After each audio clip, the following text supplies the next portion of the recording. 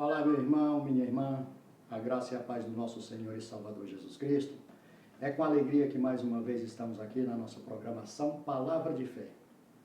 E no dia de hoje, meus amados, peço a Deus que o Espírito Santo ilumine a minha mente, ilumine o seu coração e a sua mente, para que nós possamos absorver e assim aproveitar o máximo possível do conteúdo que será realizado no dia de hoje, tudo para a glória do santo nome do Senhor e Salvador Jesus Cristo.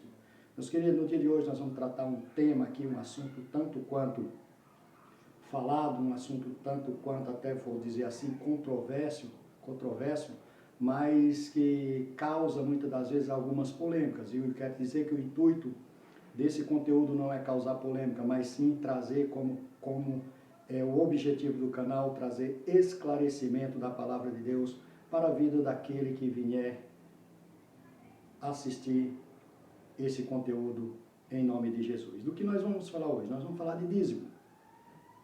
Nós vamos procurar entender o dízimo.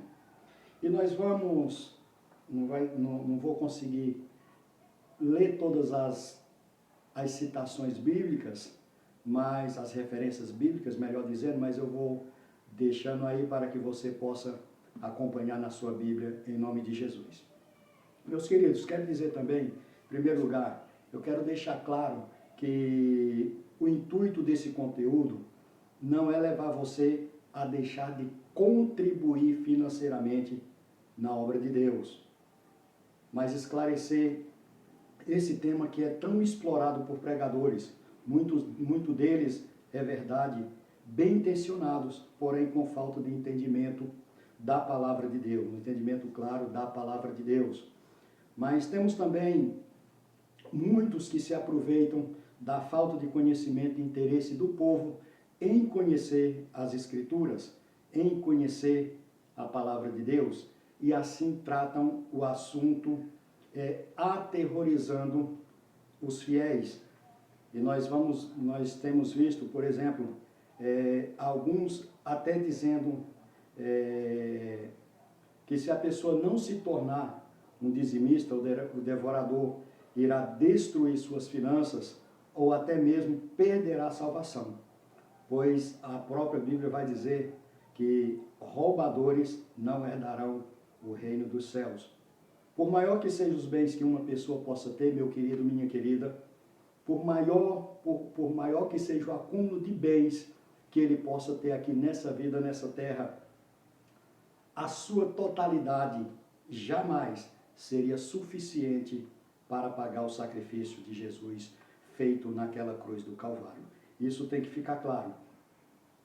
E vamos além. Esses supostos pregadores do Evangelho, na verdade, têm induzido o povo leigo da palavra de Deus a barganhar com Deus, pois sendo eu dizimista, ou seja, entregando 10% da minha renda, logo Deus está obrigado a multiplicar minhas finanças. E nós sabemos muito bem que com Deus não tem barganha. Então nós vamos entender um pouquinho isso. Quero deixar claro também que o verdadeiro cristão, ele tem alegria em contribuir para o reino de Deus. E logo esse não tem o seu coração cheio da avareza. E eu tenho certeza que nós vamos esclarecer um pouquinho. Então vamos lá, meus queridos. Para quem foi instituído o dízimo? Eu vou te dar uma resposta. E nós vamos usar uma passagem do livro onde mais se fala no dízimo, que é o livro de Malaquias. Eu quero que você acompanhe na sua Bíblia o que diz a palavra de Deus. Malaquias 1 diz assim, ó: peso da palavra do Senhor contra Israel por intermédio de Malaquias. Então, o dízimo era para aquele povo, o povo de Israel, o povo judeu. Nós sabemos que Malaquias, Deus usou ele nessa profecia aproximadamente 516 anos antes de Cristo. Aí a gente pergunta, por que Deus usou Malaquias para falar com o povo sobre este assunto? Nós vamos ver o que acontecia. Aquele povo, eles pagavam o dízimo, ou seja, ou devolviam o dízimo, com o décimo das suas colheitas ou rebanhos, mas estavam começando a dar animais cegos ou doentes e pão estragado como dízimo. O Senhor não gostou de como eles estavam tratando o dízimo, fazendo oferta, e como estava fazendo as ofertas. E por isso enviou Malaquias a falar com aquele povo. Você vê, meus queridos, aquele povo, eles se julgavam melhores e achavam que estava agradando a Deus, simplesmente pelo fato de ofertar e dizimar. E nós vamos ver que, assim como Deus repreende o povo, Jesus também repreende o fariseu que julga o publicano pelo fato de ser dizimista. Nós vamos ver isso em Lucas 18, no verso 11 e 12. Interessante é que nós temos escutado muito dos que defendem a obrigatoriedade do dízimo dizer que o dízimo existe antes da lei, e isso é uma verdade.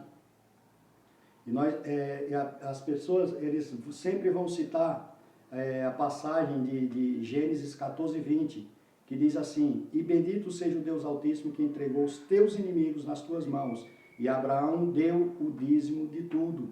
Ou seja, Abraão, aqui nós vemos que Abraão, ele dá o dízimo a Melquisedeque. Melquisedeque era um sacerdote. Então, nós vamos entender o dízimo dado por Moisés a Melquisedeque. E nós vamos ter como base o livro de Hebreus, o capítulo de número 7. E nós vamos entender o dízimo que Abraão deu, ou devolveu, ou pagou a Melquisedeque. Primeiro de tudo, repare que nessa passagem Melquisedeque representa Jesus. Você vai ver isso em Hebreus 7, verso 3. E Abraão representa a tribo de Levi e seus sacerdotes. Nós vamos ver isso em Hebreus 9, 7, 9 e 10. Quando Abraão dá o dízimo dos despojos da guerra para Melquisedeque, isso está em Hebreus 7, verso 4, e é abençoado por ele, o texto deixa claro que por isso Melquisedeque é maior do que Abraão. Hebreus 7, versos 6 e 7. Logo, já que Melquisedeque representa o sacerdócio do Senhor, Abraão o sacerdócio dos levitas. E nós vamos ver esse acontecido em Gênesis 14, como nós já lemos aqui. Gênesis 14, 18 a 20. Isso significa o quê? Significa um ato profético. Então, significa que o sacerdócio de Jesus é superior ao sacerdócio dos levitas, pois ele é o sacerdote à semelhança de Melquisedeque, que é representante de um sacerdócio eterno. Nós vamos ver isso, você pode ver isso aí em Salmo 110, 4 e Hebreus 7, 11, 17 e 21. Portanto, meus amados, meus queridos, meus amigos, fiéis, santos de Deus, o dízimo de Abraão dado a Melquisedeque jamais teve por intenção, veja bem, teve por intenção ser um modelo de regra para a igreja cristã contemporânea. Como se paga atualmente, na maioria delas, evidentemente.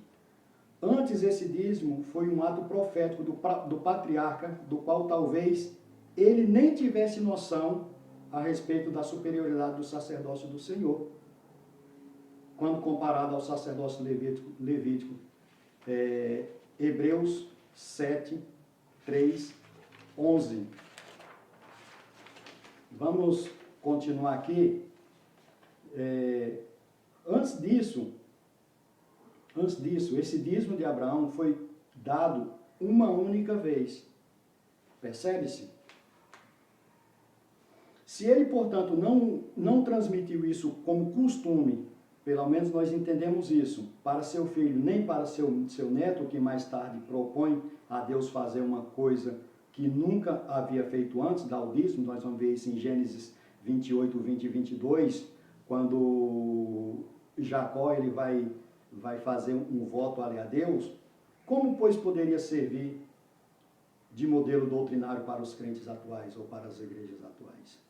É uma pergunta. Aí a gente pergunta assim, o dízimo era dinheiro? Resposta, não. O dízimo não era dinheiro. Nós vamos ver o que era o dízimo. Nós vamos ver aqui Levítico 27 e 30, por exemplo, que diz assim, ó: também todas as dízimas do campo, da semente do campo, do fruto das árvores, são do Senhor. Santas são ao Senhor. Nós não vamos ver em nenhuma passagem a entrega de dízimo em forma de dinheiro. O dízimo era apenas dos animais e da plantação. Aí vamos lá, você pergunta, existia dinheiro naquele tempo? A resposta é sim. Nós podemos acompanhar isso em Gênesis 43, 22, que diz assim, ó: também trouxemos o dinheiro em nossas mãos para comprar mantimento. Não sabemos quem tinha posto o nosso dinheiro nos nossos sacos. Então você veja que o dinheiro já existia.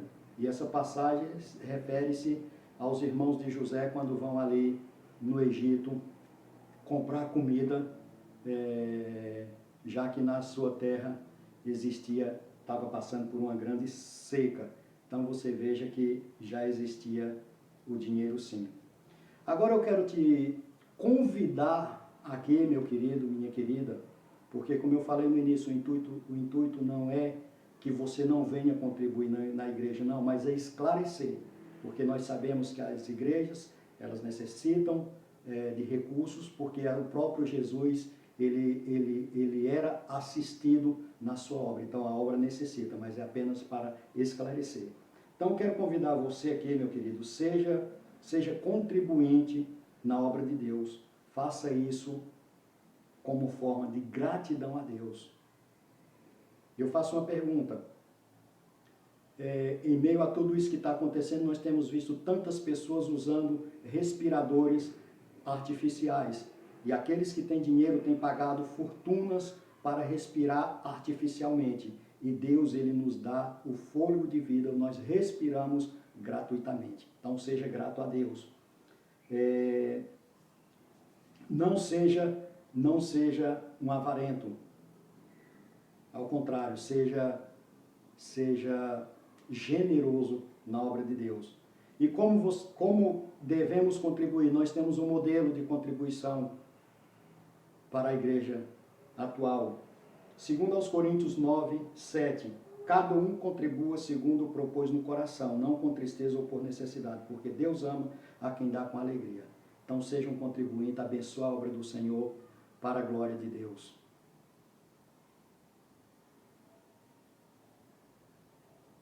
Esse é uma pequena amostra de como devemos contribuir na obra do Senhor. Então que o Senhor te abençoe, que o Senhor te guarde, em nome de Jesus. E você possa absorver o que aqui foi colocado, entendendo que, porque o que acontece, assim como aquele fariseu estava ali falando com o publicano, nos dias de hoje muitas pessoas dão dízimo achando que o dízimo vai salvar ela. Não, o dízimo não é o fato de você ser um dizimista que te salva. E eu quero te dizer também que não é o fato de você não ser um dizimista que você está condenado. Não. Mas eu quero te dizer que, infelizmente, a maioria das igrejas, dos pastores, colocam essa regra porque as pessoas são avarentas. As pessoas não são desprendidas do material para abençoar a obra. Mas eu não estou dizendo aqui que nenhum nem outro estão com a razão, não. Ambos estão errados. Um porque não ensina corretamente, porque aquele que é ensinado corretamente a ser contribuinte na obra de Deus, a fazer com amor a obra de Deus, pode ter certeza que ele não vai ficar apegado a 10% da sua renda. Não. vai ser muito mais generoso com a obra de Deus, com a sua comunidade, com as pessoas que precisam. E é assim que Deus trabalha. Que Deus te abençoe, que Deus te guarde, que Deus te ilumine, no nome santo do Senhor e Salvador Jesus Cristo. Amém? Eu quero pedir aqui, meus amados, que você compartilhe os nossos vídeos, deixe o seu like, assista esse conteúdo até o final. Que Deus te abençoe, que Deus te guarde, em nome do Senhor e Salvador Jesus Cristo. Até o nosso próximo Palavra de Fé.